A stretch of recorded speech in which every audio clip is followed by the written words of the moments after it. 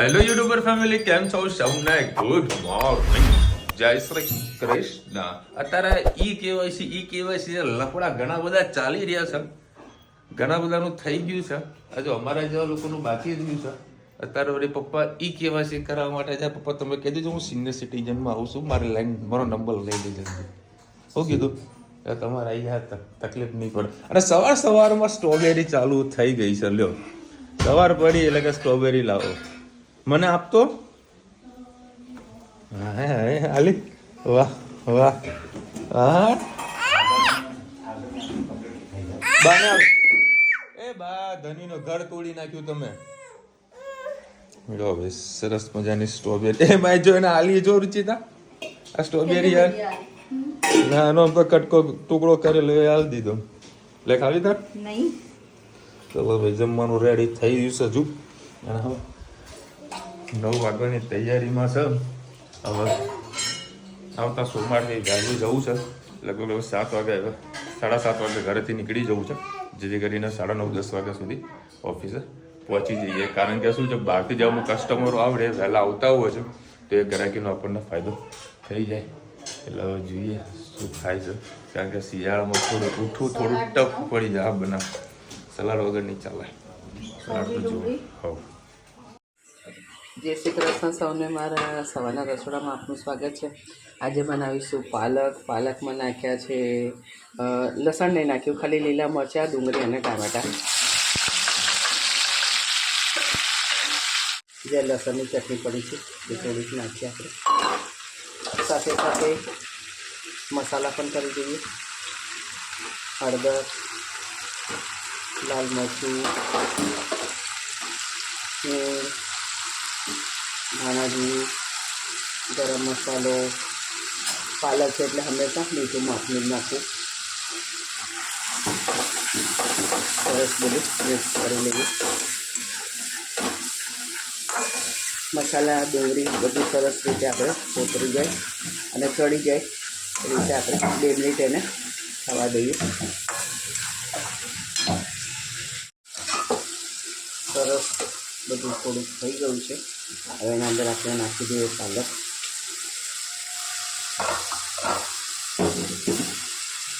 થોડી નાખી અને બેસી જાય પાલક.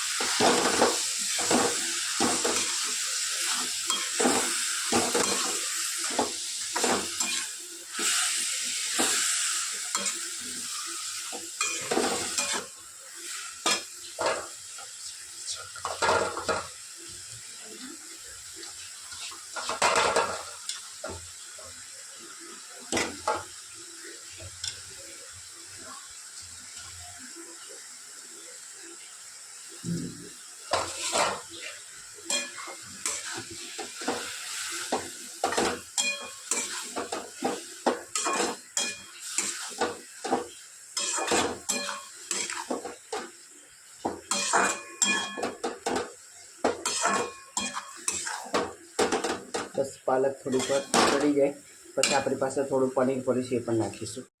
મારી પાસે થોડું પનીર પડ્યું છે એ પણ આપણે સબ્જીમાં નાખી દઈએ. તમે વટાણા પણ એના અંદર નાખી શકો છો.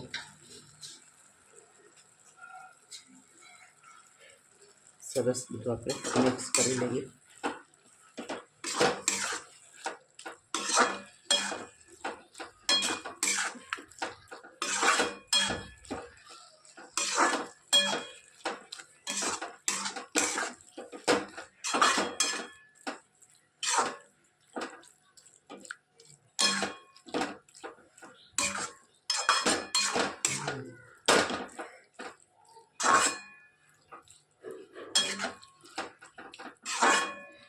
બસ થોડીક વાર એને આપણે થવા દઈએ.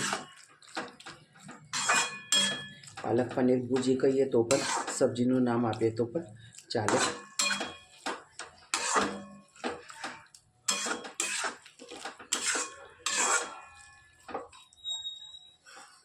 બસ હવે એને થોડીક વાર સીજવા દઈએ પછી આપણી સબ્જી થઈ જાય તૈયાર.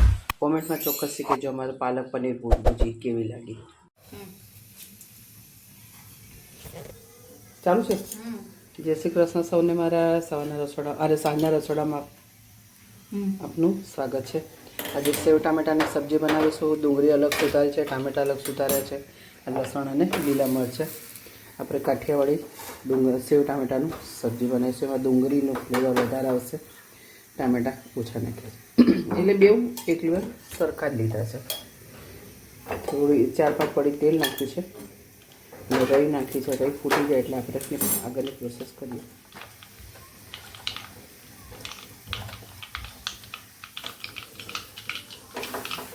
આપણી રઈ ચાલુ છે, રઈ ફૂટી ગઈ છે.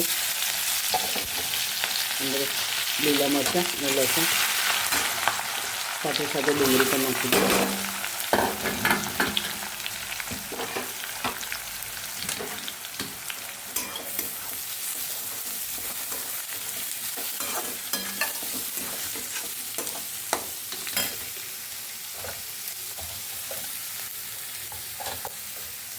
થોડી હિંગ નાખી,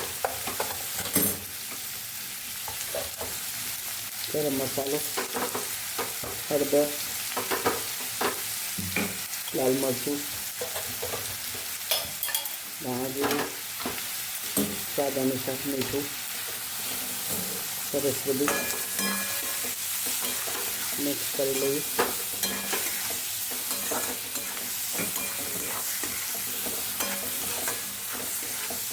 ડુંગળી થોડીક કલર ચેન્જ થાય એટલે આપણે ટામેટા નાખીએ.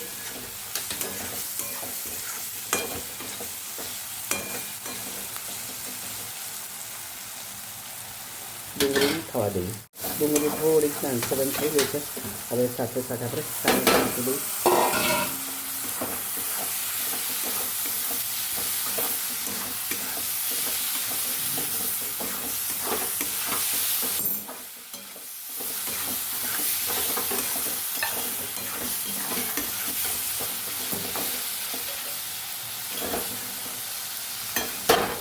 આમાં છાંટો પાણી નાખી અને બનાવીને ચડવા દઈએ.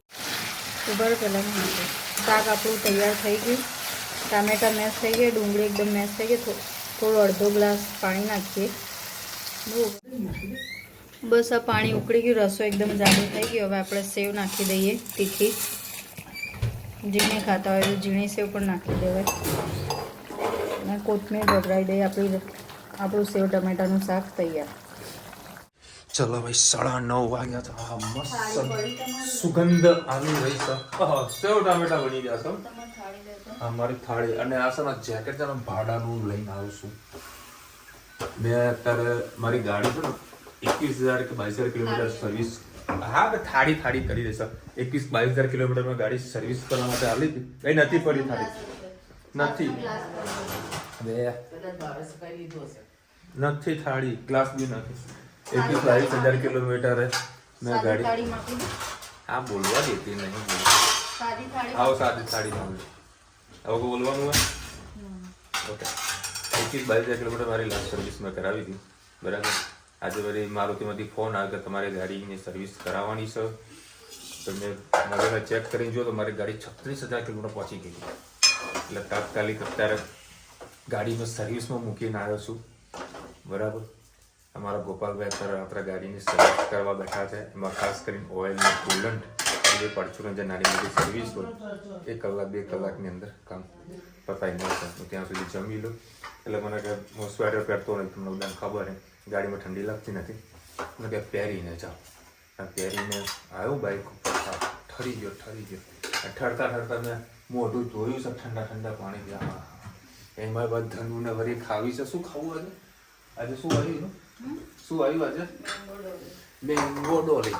કેવાયસી કરાવવા ગયા હતા એટલે એના ફરમાઈશ મેં કીધું કેવાયસી ની અંદર જે હેરાન કર્યા છે ને કેટલી વખત ત્રીજી વખત 3 વખત કેવાયસી કરવા માટે ગયા હતા. આજે બી મેળ પડ્યો નહીં. બહારનું આવે કે મેંગો ડોલી તને ખવડાવીશું, પણ મેંગો ડોલી વળી નહીં લાવ્યો હું, કેમ કે ઠંડી છે. એ તો ફરમાઈશ કર્યા કરે. આપણે કોઈ ફરમાઈશ પૂરી કરવી નથી અત્યારે. મસ્ત ગરમા ગરમ ભાખરીને સેવડાનું શાક મોજ કરીએ, પછી ગાડી સર્વિસ થઈ જાય. શું છે અત્યારે તો મેંગો ડોલી ખાવાની ઈચ્છા થઈ છે. પણ આમ એવું કરો ને, નાચજે, નાચીને બતાવ. આજે એ કહેવાય છે આનું થયું નહીં, કચ્ચું કરીને બેઠી છે. અને અત્યારે કેટલા 10 વાગ્યા છે, બરાબર. હવે અડધો કલાકની અંદર હું જઈશ પાછો ગાડી લેવા માટે. ગાડી લઈને આવી જાઉં એટલે કાલે સવારે વહેલા પહેલાં અમદાવાદ જતા ફાવો. અને આના મેંગો ડોલી આપણે રવિવારે ખાઈશું બેટા. પતા દુકાન બંધ થઈ ગઈ છે ને? નહીં.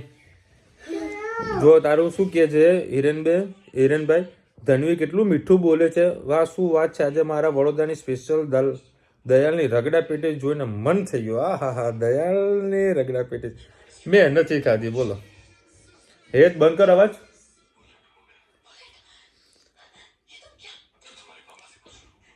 એ રવિ મારી ફેવરેટ છે. દયાલની રગડા પેટીસ ન્યાય મંદિરમાં પદ્માવતી કોમ્પ્લેક્સમાં ત્યાંની બહુ જ ખાધી છે. ટ્રાય ઇલાબેન. તમે મેંગો ડોલી ખાધી છે? રોજ આનું કંઈક ના કંઈક આવો ફોન આવો સ્પેશિયલ. પપ્પા આજે આ લેતા આવજો. શું કામ નહીં કર્યું? હા, એ બધું કમ્પ્લીટ થઈ ગયું. ફિંગરપ્રિન્ટ ને બધું થઈ ગયું. ખાલી આંખોના ફોટા પાડવાના હતા. એ આંખો આમ છે ને બંધ ચાલુ કરે ને તો કમ્પ્લીટ થઈ જાય. પણ ના કર્યું એટલે ના કર્યું. આખું બધું ઊંચું નીચું કરી દીધું હશે. રાજ કપૂરનું ચિત્ર બતાવો. ઓકે મયુરભાઈ, 100% બતાવીશું તમારું ચિત્ર તમારું. ઓ અરે ઊભી તો રે. વિશાલભાઈ, સ્ટ્રોબેરી સાફ કરતા કેટલું પાણી પ્લેટફોર્મ પર દોડ્યું. રૂચેતાને કામ વધી ગયું. વાંધા પણ સાફ તો કરવું પડે તો. હા ભાઈ સાહેબ, પરિણામે લખી રહ્યા છે વિશાલભાઈ, માવાની ફેક્ટરી ક્યાં આવી છે તે કહીજો. અમે ગામ જઈએ ત્યારે લેતા જઈએ. દેખો,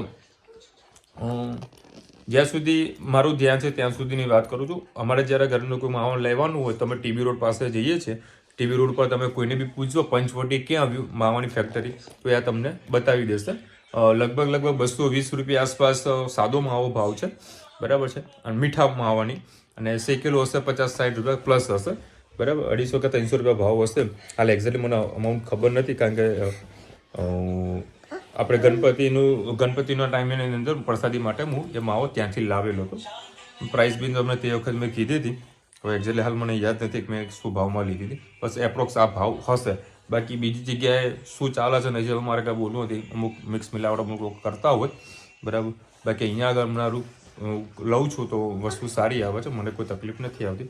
એકવાર તમે ત્યાં વિઝિટ કરજો. પછી એક બીજું વિસનગર જાઓ, મહેસાણાથી વિસનગર વચમાં જ માનવ આશ્રમ ચોકડી પાસે એક માવાની ફેક્ટરી છે, તો ભાઈ ત્યાં બી એનું કામ સારું છે. તો ત્યાં પણ તમે જોઈ લેજો. પણ એ રિટેલ ભાવમાં હશે. અને હું જે તમને જે પંચવટી વાત કરું છું તમને હોલસેલની અંદર વસ્તુ મળી જશે.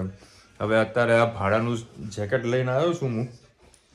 આ એ જુઓ, એ ચેન વાંખી રહી છે. નથી વાંખવી. ચલો મળીશું નવા વિડીયો સાથે, નવા મોજ મસ્તીને સાથે. ત્યાં સુધી અમને આપો રજા. જય હિન્દ, ભારત માતા કી જય. અને વિડીયો ગમે તો ફટાફટ લાઈક કરો, શેર કરો, સબસ્ક્રાઇબ કરવાનું ભૂલતા નહીં. અને બોલ રાધે રાધે. રાધે રાધે. મેંગો ડોલી બોલ દે. મેંગો ડોલી જિંદાબાદ. મેંગો ડોલી.